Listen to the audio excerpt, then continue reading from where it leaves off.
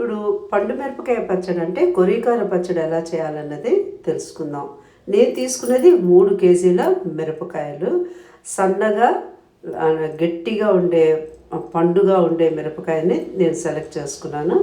దీన్ని తీసుకొచ్చి తడిగుడ్డతో ఒక్కొక్క మిరపకాయని తుడుచుకోవచ్చు. లేదంటే మిరపకాయ గట్టిగా ఉందంటే ఒకసారి వాటర్లో ముంచి బాగా ఫ్యాన్ కింద గుడ్డ పెట్టి ఆరబెట్టుకొని తర్వాత తొడిమికదంతా తీసేసేయాలి. ఒకవేళ తొడిమికలు లూజుగా ఉన్నాయంటే మాత్రం నీళ్ళల్లో ముంచకూడదు. ఎందుకంటే ఆ వాటర్ అంతా కూడా మిరపకాయలో వెళ్ళిపోయి బూజు కూడా పడుతుంది. కనుక ఇది మీరు గుర్తుపెట్టుకోండి. కారంగా కావాలంటే ఇలాంటి మిరపకాయనే సెలెక్ట్ చేసుకోవాలి. 3 కేజీల పండు మిరపకాయ తీసుకున్న తర్వాత దాన్ని క్లీన్ చేసి ఇలా తొడిమికలు తీసి పెట్టుకున్నాం కదా. దీనికి కొలత ఎలాగంటే చాయ్ పసుపు తీసుకున్నాను నేను. ఇది ఒక గరిట చాయ్ పసుపు తీసుకున్నాను. 3 కేజీలకి నేను 3/4 కేజీ చింతపండు తీసుకున్నాను. అంటే 1/4 కేజీ, 1 కేజీ పండు మిరపకాయకి 1/4 కేజీ చింతపండు, తగినంత పసుపు, 1/4 కేజీ ఉప్పు అన్నమాట. నేను సైంధవ ఉన్నవి వాడుతూ ఉంటాను. గడ్డలుపైన మీరు వాడచ్చు. లెక్క మీకు అర్థమైంది అనుకుంటా.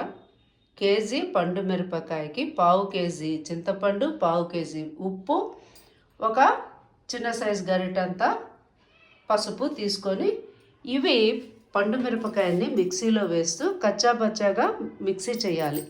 ఈ మిరపకాయ తిప్పుతున్నప్పుడే చింతపండు, ఉప్పు కొంచెం కొంచెంగా వేస్తూ పసుపు వేస్తూ, మరి పేస్టులా కాకుండా కొంచెం ముక్కలు ముక్కలుగా ఉండేటట్టుగా చేసి పెట్టుకోవాలి. ఇది కొరికారం తయారు చేసే విధానం. పండు మిరపకాయ 3 కేజీలకి నేను ఇప్పుడు చెప్తున్న లెక్క చూపిస్తున్నాను. ఇదిగో 1 గ్లాసు, ఇలాగా 3 గ్లాసులు వేసుకోవాలన్నమాట. దీంతో వేసుకుంటే కరెక్ట్ లెక్క. మరి ఎక్కువ ఉప్పు నిండుగా వేసేసారంటే ఉప్పు ఎక్కువ అవుతుంది. మీరు 3వ రోజు ఆ మిరపకాయ కారం ఎంత ఉన్నది అన్న దాన్ని బట్టి మనకి తెలిసిపోతుంది కదా. అప్పుడు మీకు కావాలంటే కొంచెం కలుపుకోవచ్చు.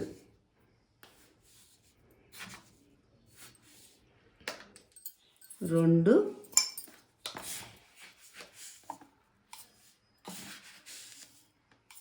వీడియో కట్ కాకుండా డైరెక్ట్ చూపిస్తున్నాము తెలియాలని. నేను సైంధవ లవణమే వాడుతున్నాను చాలా సంవత్సరాలు బట్టి. బీపీ కంట్రోల్ అన్నిటికీ కూడా మంచిదని చెప్పి అంటే ఇదే వాడుతున్నాను. ఈ విధంగా నేను వేస్తున్నాను. దీన్ని ఆ మిరపకాయ, చింతపండు కొంచెం వేస్తూ, ఉప్పు వేస్తూ, పసుపు కొంచెం వేస్తూ మిక్సీ తిప్పుతూ ఉండాలి. ఇప్పుడు కొంచెంగా పండు మిరపకాయ తీసుకున్నాం కదా, దాంట్లో కొంచెం పసుపు వేస్తున్నాను. కొంచెం కొంచెంగా చింతపండు కొంచెం వేసి, తగినంత ఉప్పు ఇలా వేసి మిక్సీ తిప్పుతూ ఉండాలన్నమాట. మరి పేస్ట్లా మాత్రం తిప్పకూడదు.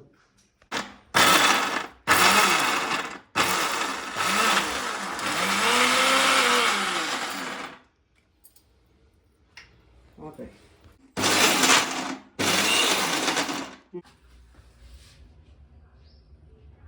ఈ విధంగా మనం మిక్సీ చేసుకోవాలి. కచ్చాపచ్చాగా ఇలాగా చేసి పెట్టుకోవాలన్నమాట. ఇలా చేసి పెట్టుకొని తర్వాత కావాల్సినంత మన జాడీలో పెట్టుకున్న తర్వాత తిరగమాత వేసుకుంటూ ఉండాలి కొంచెం కొంచెంగా.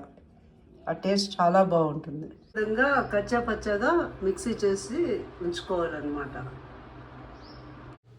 స్టవ్ వెలిగించి మూకుడు పెట్టుకొని తగినంత ఆయిల్ వేసుకోవాలన్నమాట. లోకి మెంతులు చాలా రుచిగా ఉంటాయి.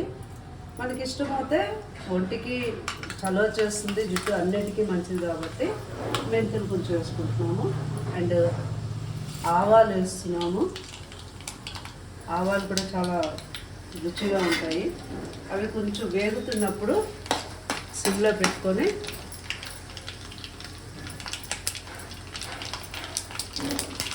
స్టవ్ ఆపేసేయాలి. ఇంకా వేగిపోతుంది కదా. ఎండుమిరపకాయలు ఇలా వేసి కొంచెం మాడిపోకుండా ఇలా వేయించుకోవాలన్నమాట.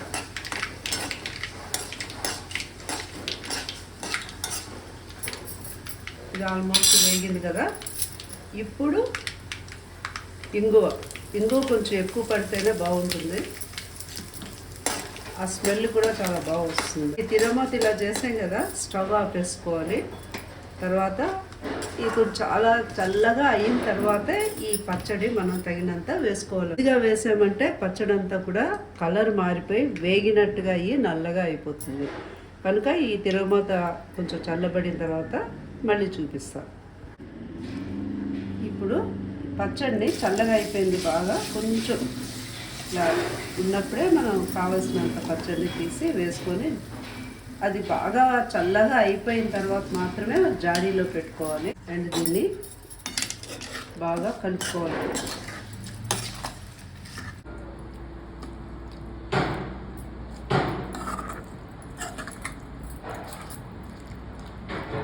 ఇలాగా కొరికారం ఈ విధంగా తయారు చేసుకుంటాం. మనం గాజు జాడీలో కానీ సీసాలో కానీ పెట్టుకున్నామంటే చాలా రోజులు పాడవకుండా ఉంటుంది. ఇలా పెట్టుకున్న పచ్చడి చాలా రోజులు ఎర్రగా చాలా రుచిగా ఉంటుంది. ఉప్మాకి, అన్నంలోకి, అన్నిటిలోకి కూడా కారకారంగా, పుల్లగా చింతపండు వేసాం కదా బాగా, అవి టేస్ట్ చాలా బాగుంటుంది. వేడి అన్నంలో నెయ్యి వేసుకు తింటే ఆ రుచే వేరు. మీరు తప్పకుండా మీరు కూడా తయారు చేసి ఎలా వచ్చింది అన్నది మీ కామెంట్ రూపంలో చెప్పండి. Thank you. నమస్తే.